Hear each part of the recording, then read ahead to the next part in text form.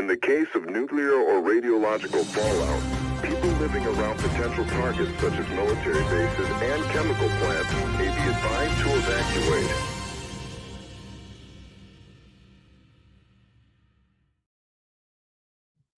Hello, Sublation Media viewers. It's I, Douglas Lane, author of Pick Your Battle, a nonfiction book on critical theory that I wrote back in 2011.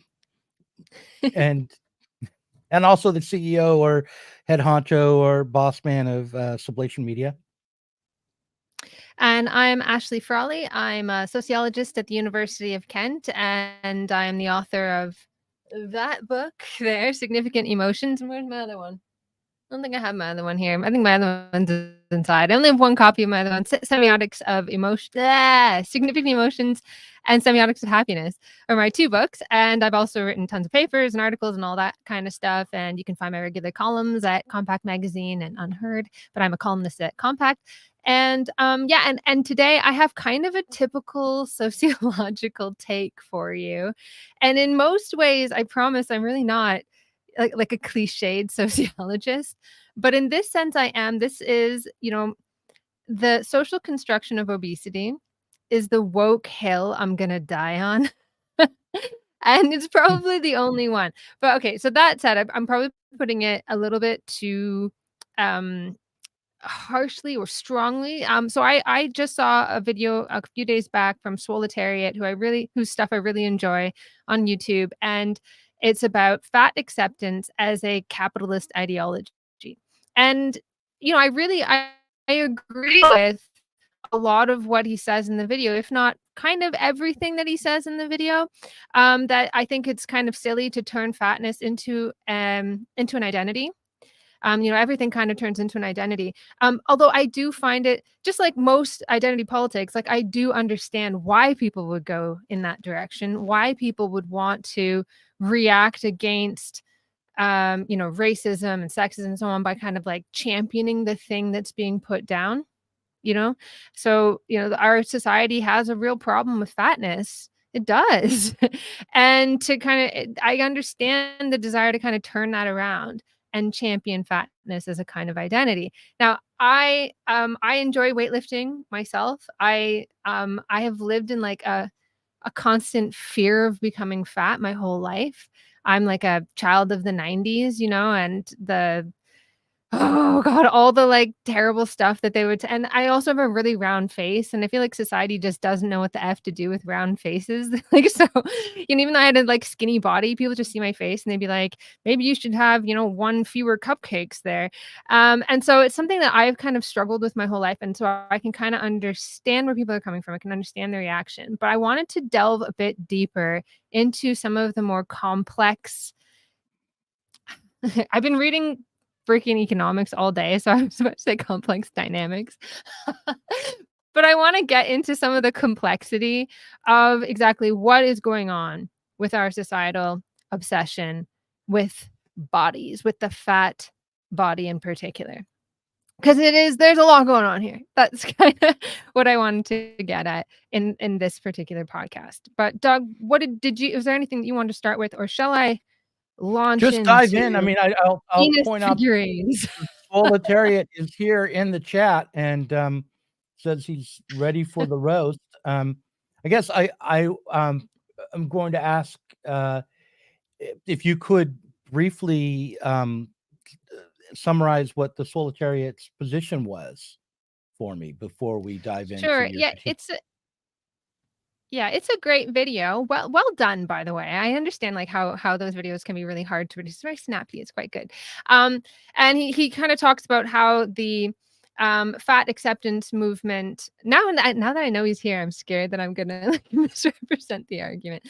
But but it's basically he talks about how it was turned into a kind of identity, and you are invited to kind of accept yourself as and your fat body, and even to say like be part of like a fat acceptance movement. He goes over some of the dark, as any kind of identity group has like a dark underbelly, and it can kind of be a bit cultish. So if you lose weight, you kind of lose the community that you've developed around you in this sort of fat acceptance movement.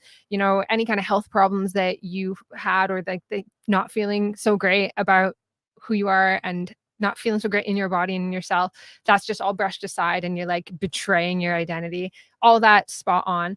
And then the other thing is that it deflects attention from agribusiness and the whole kind of economy that is making people fat. And it's that bit that I think it's just a teensy bit more complex. And I think part of the reason why we care so much about people's body size is because it speaks to the left and the right for various reasons. It speaks to everybody across the political spectrum. And when you have an issue that is bipartisan like that, it's much more likely to stay at the top of the political agenda, because it's like P.T. Barnum, there's something for everyone. Everyone can find something in it. So for the right, fatness is a symbol of decline, of laziness, slothfulness, of course, poverty, and then poverty associated with the moral laxity of those who are impoverished. And then for the left, it's a symbol of greedy corporations, exploitation of low-paid workers in fast food, but also people who wind up working quite a lot and then having to rely on fast food. The cheap food that keeps workers alive. Sorry, I forgot to put my phone on silent. The cheap food that keeps workers alive and wages low. So if you understand how, kind of Marxist understanding of economics, it's that part of what keeps wages low is that you have to also keep the basket of goods that keeps the worker alive as cheap as possible. Bread is a great way to do that throughout history. And that's why you have a lot of sort of controversy about the price of bread and this kind of thing. And highly processed foods have become very, very cheap and are an easy way to cheap way to keep workers alive. So there's that whole sort of critique there. That's not necessarily wrong. It's not necessarily wrong. But I wrote a paper, actually, a few years back. I opened up this sort of research front with a few colleagues, and we published a paper, and can't remember what else, a few conference presentations and that sort of thing, where I really did a deep dive into some of this stuff. And let's start at the beginning. So why do we care so much about body size? Well, body size, whatever the size might be, is symbolic of all sorts of things. It's not just like, now in our culture, we have the virtue associated with health, and a body that has minimal body fat, or that you even torture, that there are memes that go around on Instagram and so on. Oh, say a prayer for my body for what I'm about to put it through. And it's like a person going to the gym. And that this like very strenuous exercise is associated with healthiness, and the body that shows visible muscle has all sorts of symbolism attached to it. Like, it shows that you have self-mastery. It shows that you are capable, that it basically says, I am not one of the managed. I am not part of the social problem. I am the manager. I am the manager of the problems, because look how I manage myself. So it has this, it sends this message of self-mastery. Okay, so that body that is fit, and it tells you that it's sort of, it sends a message to the world. Okay, so the body always has all sorts of messages laid on top of it. And I was saying, like, we talk about health. You can't sort of say, I don't like looking at you because your body reminds me of, I'm scared of becoming like you. I'm scared of like losing my self-mastery and falling into temptation like you obviously have, you sinner. But you can say, I'm concerned about your health. So health has become one of the last moral virtues that everyone can agree on. And so health is often the language through which we criticize people's body sizes. And I see this all the time on Instagram. It's awful. Like, I swear to God, I don't know. I don't even like look for fitness stuff on Instagram. And all I get is an endless slew of stuff about fitness. I don't know if it like can tell that I'm like, it's like my GPS is telling on me or something. But And it's terrible. If there's a single inch of visible fat on a woman, the freaking comments, man, are awful. You know, you have to have fat on you as a woman. You have to in order to menstruate. It's like quite important. It's not usually not normal for a woman to have visible abs, and it's not good to stay in that state for a long period of time. But the comments are all they will even communicate that criticism of a woman's body when she has like rolls through the language of health. Oh, that's unhealthy. However, systematic reviews continuously show that the BMI range with the lowest morbidity and mortality is between 25 and 30, the so-called overweight range. And that's people say, oh, but it's because when people get sick, they tend to lose weight. No, that's even when you take into account people who are ill, you take that out. The lowest morbidity and mortality is between 25 and 30. It's 27 usually. And it's especially the case as you get older that fat is protective. But like constantly, when you hear policymakers talk about the obesity problem, they're always saying overweight and obesity, overweight and obesity. Why are they saying overweight and obesity? Because it produces a higher number. It produces a bigger number because the worst health outcomes are concentrated at the far ends of the spectrum. Very, very skinny people and very, very fat people. And there are actually pretty low numbers of very, very fat people. And the numbers of very, very skinny people are actually growing by about 2% every year. But we never hear about the epidemic of thinness and the health costs associated with thinness, because thinness is associated with self-mastery and lots of other things. So the body has all sorts of moral there are layers and layers and layers of moral symbolism attached to the body. And I just gave like a few examples of the way that we see, I said the body is like symbolic of self-mastery, but there's a lot more going on there. So you go back historically, and I know this is a well-tread area of argumentation, but let's like go back to, tens of thousands of years ago. If we're like people who are coming out, human beings who are coming out of the Ice Age, we're going through a pretty difficult time. And when we started to produce the first settlements like Çatalhöyük and so on, the first bits of mobile art that people produced were obese women. And there's a lot of debate about these so-called Venus figurines. There are about 200 figurines found at various times, in various places, dating from like 35,000 years ago to 10, 11,000 years ago, where people were producing these Venus figurines, and they're obese women. And the most controversial explanation is like, oh, they're, like more mobile pornography, like the pronounced breasts and so on. And there's a ton of debate. We'll never know exactly what they were for, because once you find, once the whole world that surrounds. So that's the Venus of Willendorf. I don't speak German.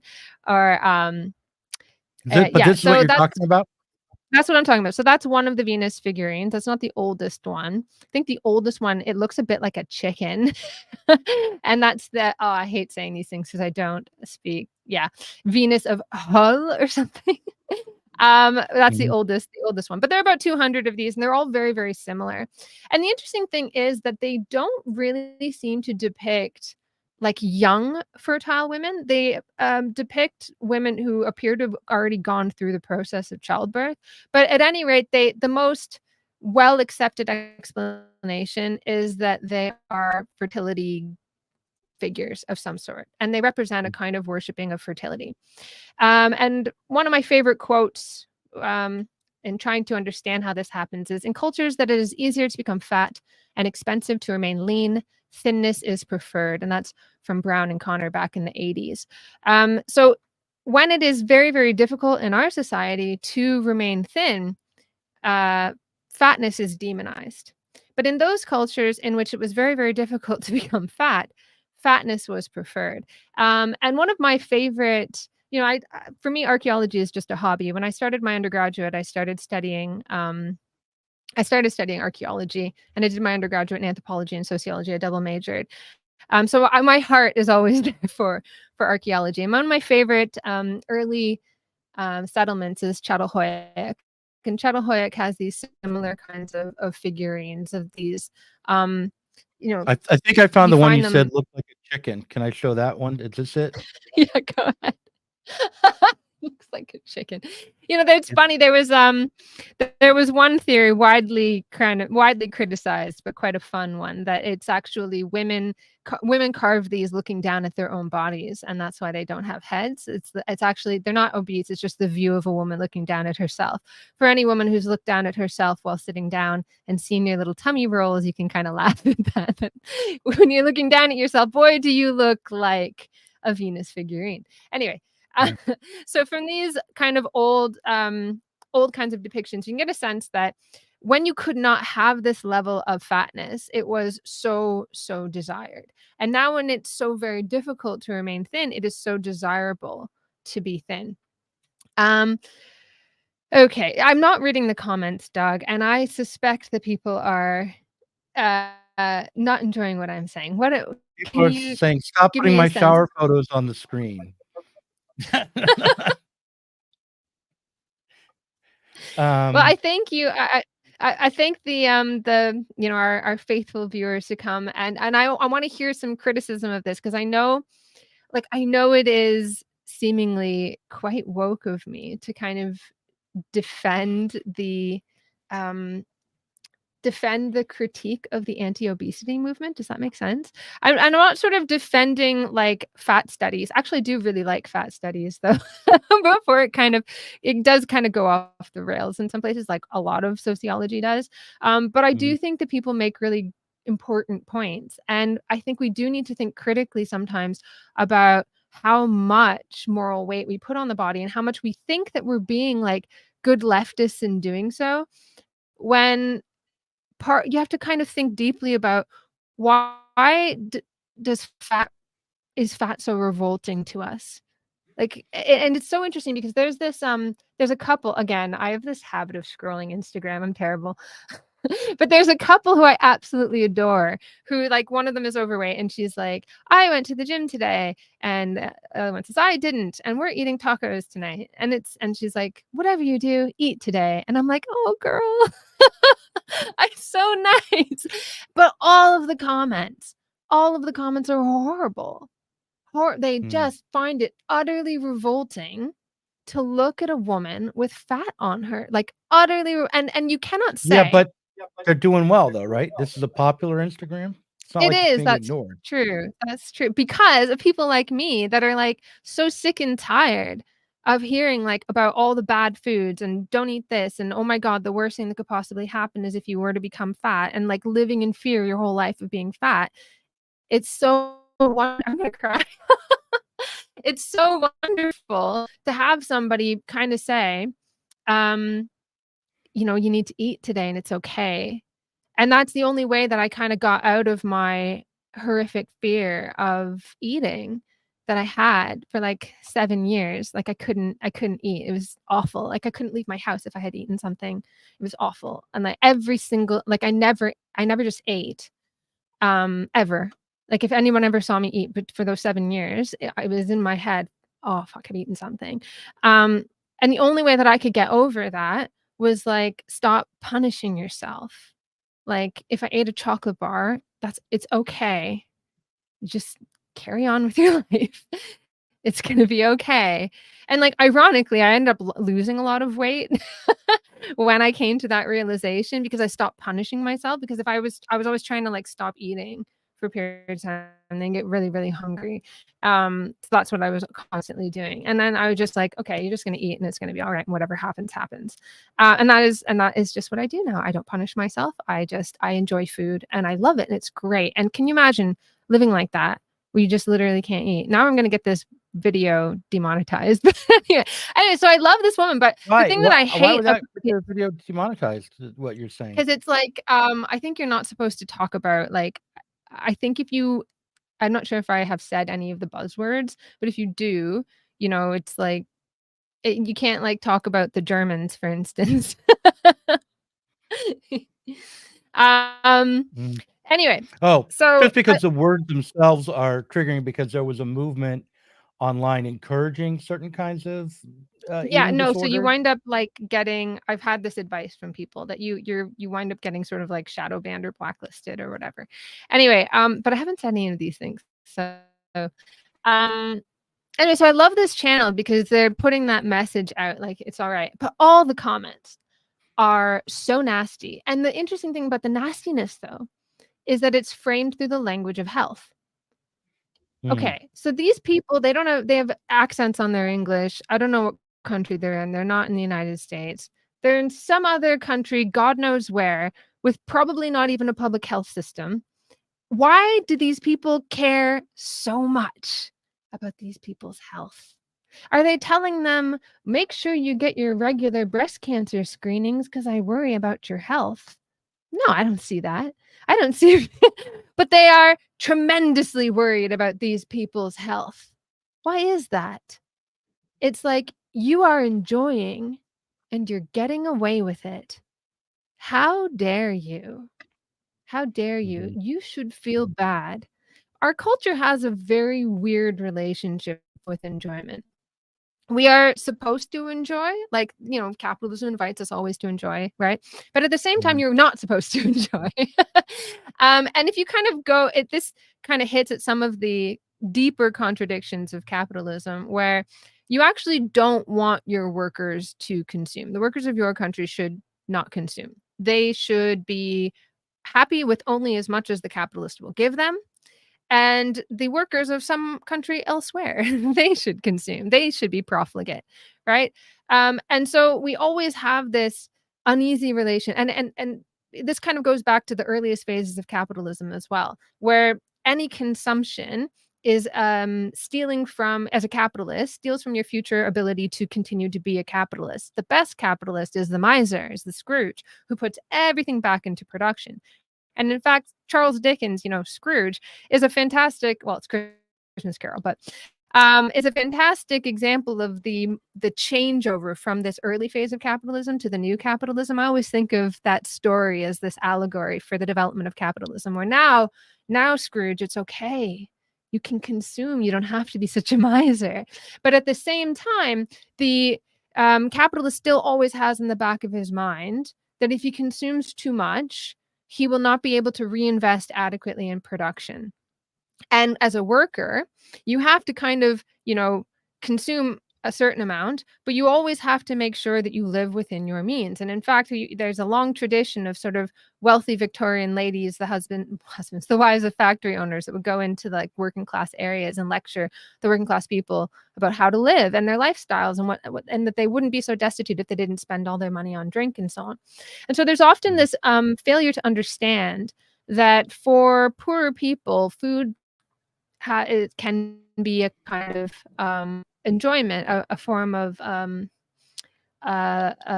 entertainment. Like, I remember when I was younger and my husband and I didn't have very much money, we would like save all of our money so that we could go and buy something to eat. That was our entertainment. We're like, what are we going to do this weekend? Well, we're going to order pizza and we're going to watch TV and it's going to be great. And maybe we'll get popcorn. That was our entertainment.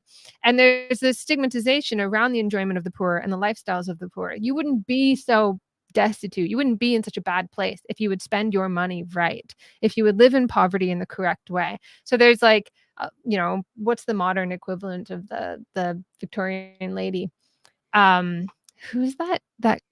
Is it Jamie Oliver? Am I saying that correctly? I'm not sure. The cook that went into the schools and was like, "Do you know?" To the kids, have you guys ever seen a vegetable before? And they were like, "Yes." But he's like, there's a line that people were like cut out and talked about for a while. It was like sort of in the news maybe like a decade ago, where he was like, you got your massive bleeping TV, to these poor people, like, oh, you're so poor and you've got this giant TV. How dare you? So you should live well on only as much as your master will give you. You shouldn't enjoy those, like the best sort of worthy poor, those who don't enjoy, who like are constantly striving to make sure that you're good. You wake up at 6 a.m. even though you got your crappy job that you have to work 12 hours at, and you get on that treadmill. That's the kind of poor that you want people to be. So there's a whole side of this obesity sort of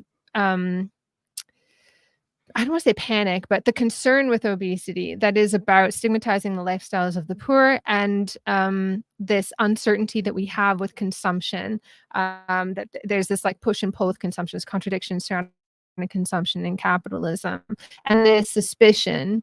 I think I'm quoting Vanessa Popovac here. I have a habit of saying this without quoting her, but that the comforts of life are coming too quickly and too easily to the lower orders. And so their fatness kind of symbolizes the excess of capitalism. And as I said, and with that woman, it's like, and people will kind of say, oh, it's about your health. I'm concerned about your health. And then you're like, why are you concerned about her health? You don't even know her. It's like, well, I'm paying for it. And it's like, it's a scourge in our health system. It's like, well, it's a private health system. It's in a different country. Why do you care so much? It's because I look at your body, and you are a symbol of everything that I can't stand, and everything that's wrong with the world. And it's the same for the right as well as the left. For the right, as I said, well, I just gave you a bunch of examples, but there's a lot of crossover there. So it's about like moral laxity. I think it is Guard and Right say that it's part of the concern on the right for obesity was that it was a panic about women, the role of women in society. So women were no longer cooking, nutritious meals at home for their kids, and they were out working when they should have been at home, but they couldn't say that. You couldn't say like, "Hey, ladies, get back to the classroom." Sorry, get back to the kitchen. You can say that, but you could say like, "Oh my God, there's an epidemic of childhood fatness, and what are the children eating, and da da da." And it was an indirect way of criticizing mothers, he says. Now, I can go into the what is actually happening with the statistics around childhood obesity if you like. Or would you like to ask? Well, would you like to ask your question? I should probably take a breath. So, what was, because this is a response to Swoletariat's video, have you said anything so far do you think that Swoletariat would disagree with as far as the social symbolism of fatness and how it functions? I don't know, Swoletariat. Why don't you tell me? Have I said anything? That you watched the video, but in relation to the video, I think it's the critique around like the grain industry and so on. So let me tell you about. Okay. Your real critique is to one, question whether there is a fatness epidemic quite on the scale that we are told that there is. I shouldn't have said grain. I meant like agro industry. Sorry, go on. Right. Yeah. And two, to point to a different source for whatever health issue there might be. Would that be correct? Okay. So let's take this in two parts. So one, around industry. Two, what is the situation with health? Okay. Mm-hmm. So I gave with the second bit, I talked a little bit about overweight is not really the problem. It's like you're at risk of being at risk. That's how people justify it. And policymakers will justify it because it gets attention. Like literally, they will outright say, if you ask them, like, why are you saying overweight and obesity when overweight's not associated with higher morbidity and mortality, most studies, and they'll say, oh, well, it gets attention because it's a bigger number. That's just it. You don't start seeing problems with health until you start getting very high numbers. And here's the thing, you go on the news and the news will say things. Now I've skipped to the second bit, so I'll just give a little bit of insight to that before I go back to the industry stuff. But if you watch the news, like there's the phenomenon, and then in fat studies they call the headless fatty. So when news coverage talks about obesity, they'll always use stock footage of the headless fatty. And that is where someone has gone around taking video of people with the head cut off, like fat people eating hot dogs, buying stuff off of like food carts. And they're like, hundreds of thousands of people are fat just like this disgusting fatty, And like, but the thing is, what they do, it's very clever. So they will mix like the numbers for overweight and obesity, which is a high number, and then they will take a picture, they'll show a picture of somebody who's quite fat, and then you're invited to think, oh, that very high number of people is just like that, when the average person has not gained that much over the last 100 years. It's like 2 to 5 kilograms or something like that. Can give you the sources for this. For the most part, I am quoting Guard and Wright. And hold on, let me think. Yeah, Guard and Wright. So most people have not gained that much weight in the grand scheme of things. And there aren't actually, in most countries, that many people who are on that far side of the spectrum. Okay. So back to industry. So one of the things that I wrote about, so I was kind of a late convert to this, and everyone's going to hate me because after everything that I've just said, it's so fat. It seems so faddish. But I went to a conference, and I was kind of convinced by this, and then I ended up reviewing the literature and testing it out in my own life. And I had come to the conclusion that the insulin hypothesis was the most convincing for why people were gaining weight. So it is so this is the kernel of truth in the critique of the agri industry and that sort of thing, and all of the obsession with like, oh, everything in moderation, etc. It's that so the agriculture industry, all of these industries and the US government and governments around the world, they definitely want you to keep eating grain and sugar. It's just the cheapest way to feed people. And they want to wean us off meat. It's expensive and it's hard to procure. It's probably bad for the environment. But unfortunately, it's the best thing for our health. And I live in Greece. I eat a mostly Mediterranean diet. I don't count calories. And partially because of what I just said before, I really should be careful about counting calories. I just kind of eat. But I eat mostly like meat and vegetables. I eat no bread. I eat no pasta. And I eat a lot. And I know a lot of people say that they eat a lot, but I eat a lot. And I eat a lot of oil, like a lot of oil. My mother-in-law has a tank of, I'm not joking, we have a tank of oil. I don't know how, it is like as tall as I, like up to my neck, and like I don't know, as wide as my arm grasp. Like we have a tank of oil, and we go through that. So just tons and tons and tons of oil, and I feel sated, and that is how I manage my weight. I have been the same weight since my entire adult life. So I have had problems from 14 to 21, and I have been the same weight from 21 till almost 40. I've been the same weight all this time. My weight doesn't go up and down very much except for when I started lifting. I gained like, I don't know, 3 or 4 kilos, and I'm pretty much always the same weight. And I never get terribly hungry because I eat a lot of fat and I eat a lot of meat, and it's good for you. And when I do like go on holiday or whatever and I eat sweets, first of all, I don't really like sweets, but when I do, I notice that I get hungry. Like the more bread you eat, the more that you want. The more pasta that you eat, the more that you want. And Zoe Harcombe, controversial figure though she is, talks about how, we have a problem where people used to eat actually more calories than we eat now. And we're slimmer. Now we eat fewer calories, but we're like hungry all the time. And we have people, she says, weighing as much as baby elephants. And part of the reason is that if you continually eat carbohydrates, you're going to continually want them. And so there's a paper that I published in 2017, where we reviewed the public health advice and all of the data that went into the public health advice around diet and nutrition and weight loss in the UK. And it was very interesting because everywhere where the advice was weak, the evidence was weak, which was pretty much everywhere because there isn't really good evidence for any diet at all for weight loss, they would always err on the side of low calorie. Always err on the side of low calorie. So you've got two things that are like evidence is weak. They're like low calorie.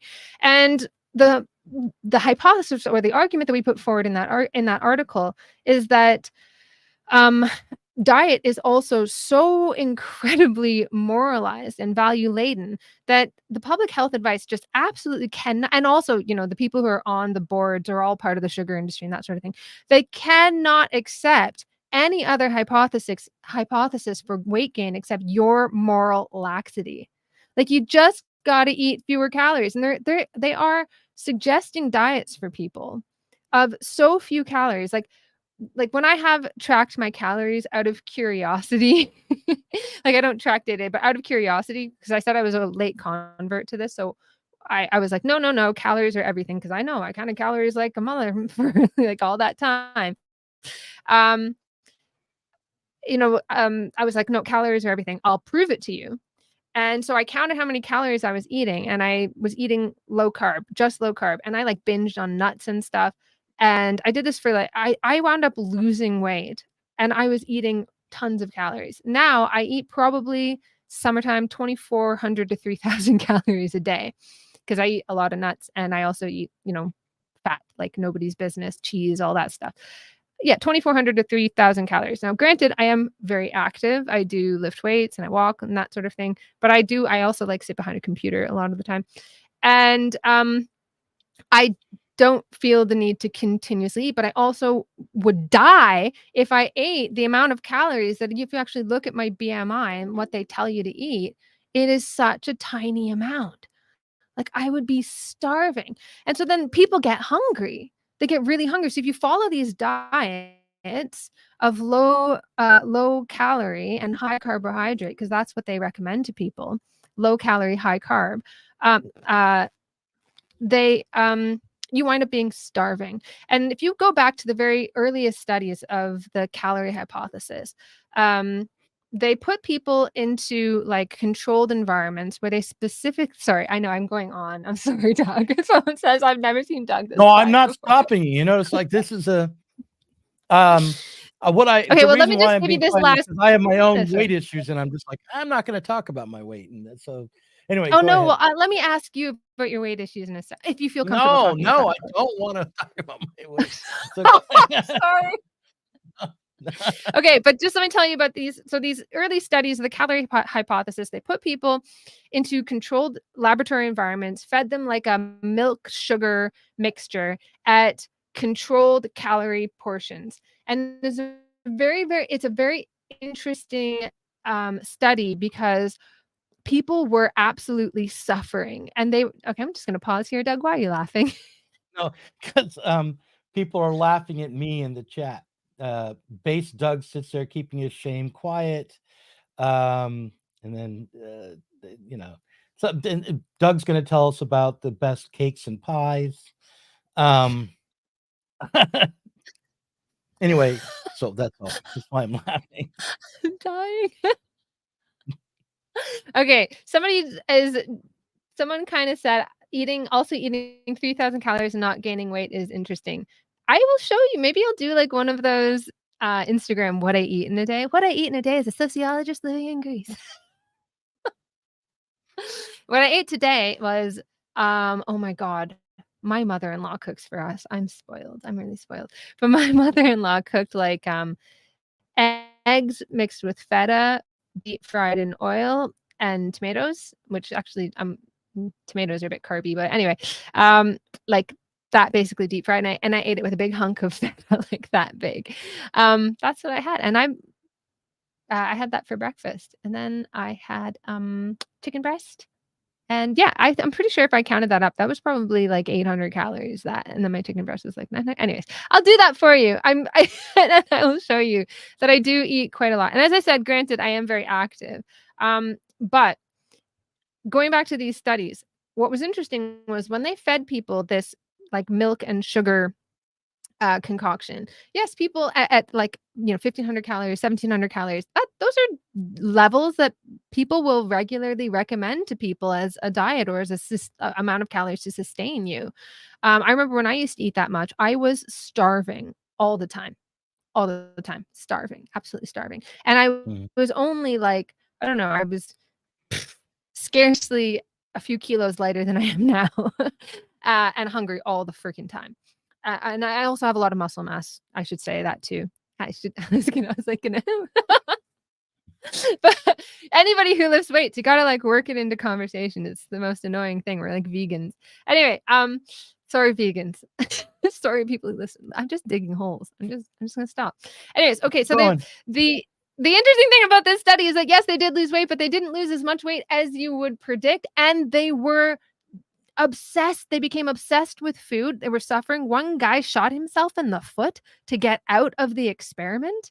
Like he was and when they got out of the experiment, they were so hungry and obsessed with food and thought about food all the time. They all gained all the weight back and then some, because they were just eating and eating and eating.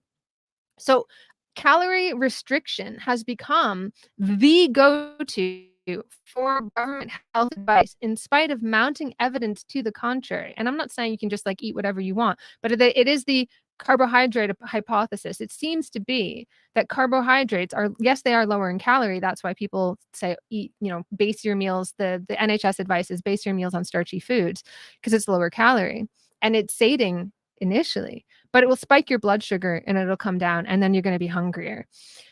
So it will make you hungrier. It makes it very, very difficult to maintain your weight. But it became hegemonic because it is more morally laden. It's like, no. The problem isn't the content of the food, which is all carbohydrate and sugar, just tons and tons of it. It is you just can't control yourself. And interestingly as well, when they try, because the sort of calorie theory became so dominant, fat has more calories. So they started removing the fat from everything. Like I did not know that yogurt was supposed to taste good until I came to Greece. Like I had no clue. I thought yogurt was this awful sour stuff you had to force down with like copious amounts of jam or something. Jam of all things. I now eat like Greek yogurt with like, I don't even know how much fat is in my yogurt. It's like 10%. It's like very, very thick and it's so good. And the sheep stuff is even better. Anyway, I didn't even know that the yogurt was supposed to taste good. So they take because it doesn't taste good if you take the fat out. So they take all the fat out and they replace it with sugar, starch, a whole bunch of junk. Well, the calorie content is lower, but it is very, very bad for you. It's going to spike your blood sugar and you're going to be hungry again. But it allows them to continue. So this is the thing that Swoletariats write about, that they're now, the agro industry, all of the governments and so on, they're able to continue to encourage you to eat in ways that are cheaper to sustain you with. And you can then say, look, if there's a problem, the problem is you. You are the problem. You simply cannot control yourself. Everything in moderation. You can have your Coca-Cola sometimes, and but it's not. It's really quite bad for you. And actually, you can eat a lot more if you avoid most carbohydrates, or if you just kind of. Zoe Harcombe says, just eat real food. Eat stuff that is minimally processed, and you'll probably be okay. And that's probably really, really good advice, but that's a kind of expensive way of eating. What about Cheez-Its? Cheez-Its are okay? Well, how many Cheez-Its can I have a day? None. Like that's terrible. And the thing with that is like those freaking things, like you're like, and they dissolve before they hit your tongue. It's like food that makes you, that Zizek, like Zizek line, or like drinks that make you thirsty, like that. It's like food that makes you hungry. It's terrible. Okay. Well, then I will let them eat cake and make them feel bad about it. So the I guess I want to ask a question about something about what you just said struck a bell for me, or made me want to be critical. This idea that the individuals are responsible for their own health. On the one hand, it seems obviously true, especially when it comes to lifestyle choices. But on the other hand, the environment that we're in does set real limits on. Like, it's very easy for me to get my hands on a box of Cheez-Its. I can do that in a heartbeat, right? One reason why is because I bought some at the grocery store, but they're well stocked as well. But the question I have is, if we do want to have healthier bodies and more fit bodies and enjoy our bodies more, it seems to me that in order to do that, we can individually one at a time, work on health routines and changing our diet and so forth, and it can work to some degree, but overall the stats are it's not very successful to do that. Dieting and attempts to lose weight, for instance, are often not very successful. So do you think it would be possible for um, a movement to change the environment, to change to I guess the trouble would be it would be state regulation of industry that could produce these kinds of better results that we would see. For instance, like is the declining rates of longevity that we are experiencing in the United States, is that connected to malnutrition and obesity? Do you know? Okay. So you've asked a few questions here. Okay. So the uncertain question is fatness itself, like is adiposity, is adipose is like fat tissue a cause of ill health, or is fatness a sign of ill health? Because people who and it sounds like a silly question, right? Like, if you're fat, you're unhealthy. Clearly, the fat is the unhealthy thing. But people who get liposuction do not experience health benefits. So it's not that the fatness itself is what's unhealthy. Fatness itself may be a sign of metabolic syndrome, of insulin resistance. So the fatness develops as a result of the problem with your diet. And it's the sign of the problem with your diet. So eating a lot of processed foods, foods that are designed to make you want more of them, is going to create insulin resistance. It's going to eventually you're going to wind up with metabolic syndrome. And a lot of people, for instance, there are studies of people who've been on The Biggest Loser. A lot of them, they gain the weight back and they have serious problems. Like they've done studies how many calories they're burning. They're burning significantly fewer calories than they were before. They've utterly destroyed their ability to burn fat from doing extremely restrictive diets. The other thing too is that by focusing excessively on fatness, you can wind up with iatrogenic illness. So by focusing too much on trying to tell people that you should, your BMI is 27, you need to get it to 25, you can be creating health problems. It is much, much better to remain at a steady weight, even if you are overweight. So even if your BMI is 27 and you are eating real food and it stays at 27 steadily, that is probably better than trying to go on diets and yo-yo dieting and going up and down. So by telling people to lose weight, you can create more problems. There's also iatrogenic effects associated with things like bariatric surgery and liposuction, all that. That's obvious.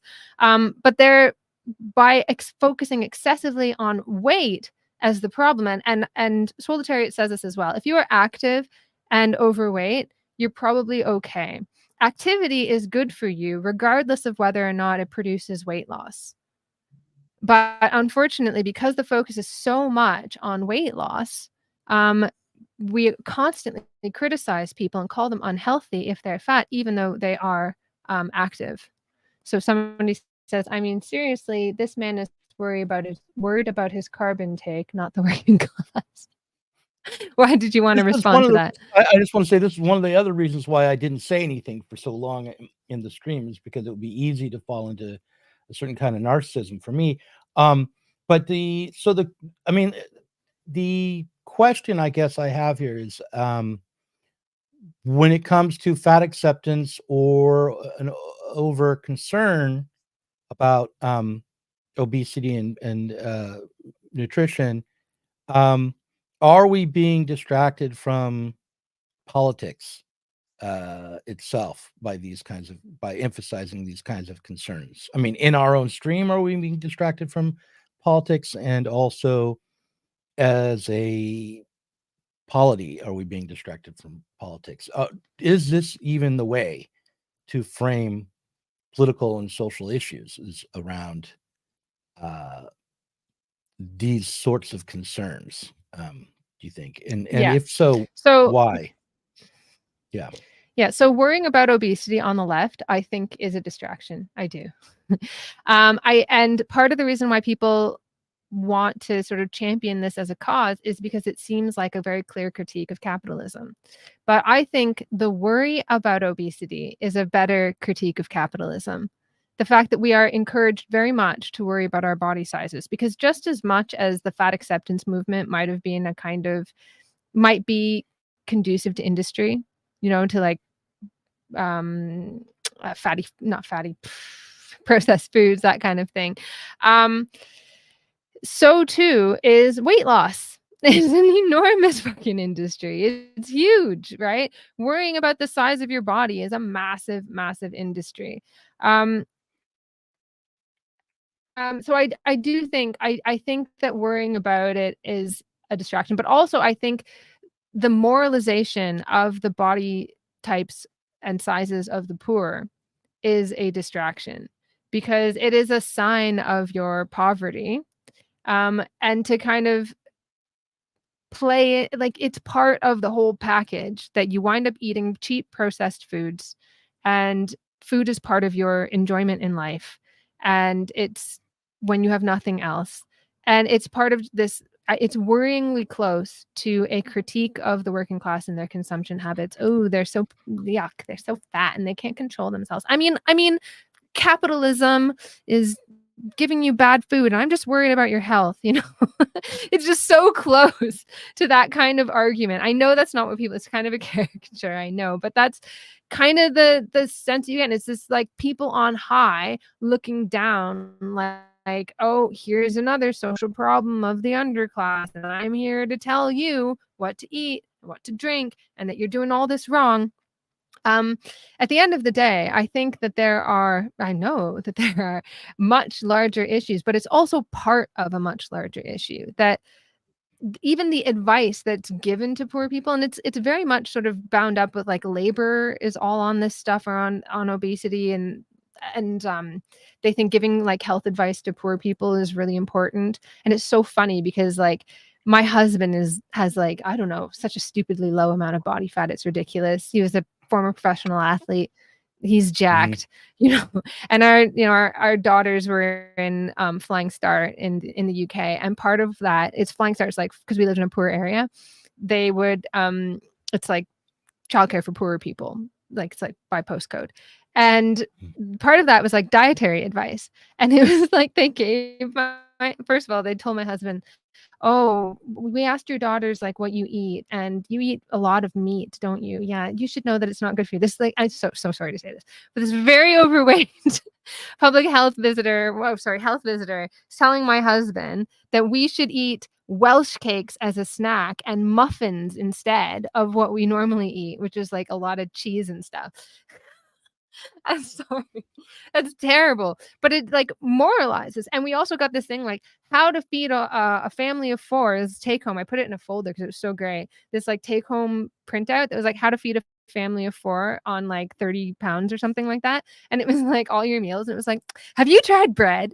You could have some bread with some bread on it. How about fried bread with bread on it? Like, but it was like not fried bread, but it was supposed to be healthy. And it was literally fried bread with bread on it sounds like. That sounds great. It's my favorite. My fried bread with bread, hash browns, and toast. That would be a good breakfast. Me being native too, like I love bannock. I do. But bannock is my childhood. But generally, I can't stand bread. But like this is part of it. They're like, they think they're doing a good thing. They're coming in to give you this public health advice, but the public health advice is based on this moralizing. Don't worry, the problem is actually that the poor people can't control themselves. Maybe they don't have time. We understand, and the healthy grocery store is really, really far away, etc. But here's how you can eat healthy from this crappy store over here, right? But it is at the end of the day saying it's a problem of you and your habit. You can keep eating bread and all the cheap things that allow us to continue to pay you bad wages as long as you learn to control yourself. That's the idea. Mm-hmm. Yeah. And Well, also, I wanted to say, Swoletariat was saying, no, keep the carbs because you need them for lifting. I don't eat carbs. I lift, and I lift probably as a percentage of my body weight more than you do. I do. Tell me, what's your squat, Swoletariat? I bet you mine is more as a percentage of my body weight. And I don't really eat carbs, but my pre-workout is a no carb protein shake. Who's this guy that? needs to keep it. Isn't that him? Isn't that the Swoletariat? No, it's not. Is that not Swole? I thought I No, looked up Swoletariat, and that's what I got. So it's not. I don't think, unless this I don't know. Maybe it looks needs different. carbs. Anyway, Maybe it's not him. maybe he looks different from the side. Can you confirm? But anyways, I'm kind of embarrassed as well because if you go on my my YouTube, you can see where I was joking around about TikTok cults. I did like a joking like TikTok dance, and I was at the gym and like in my sports bra. And I'm like, I am not thin. I am not like I weigh 62 kilos and I'm 5'7". Like I'm not skinny. So I'm kind of like, oh no, people are gonna go look and judge my body. Well, but anyways, we're gonna start doing a series of videos of Doug in the gym, and we're gonna get a cookbook and the Communist Cookbook. yeah, I love it. self-help book. All sorts of life advice. How many bottles of wine do you need a day? That kind of thing, and that's what we'll go from here. But no, it does. I mean, I definitely agree with you, Ashley, that a hyper focus on obesity, and certainly the kind of moralizing advice that you would get from public health officials in the United States, perhaps, or in Canada, are not designed to truly help everyday people be, develop self-mastery in the true sense of the word. But I do think that self-mastery is a good aim overall. And I, at the age of 53, wish I had developed more of it in my life up until now. So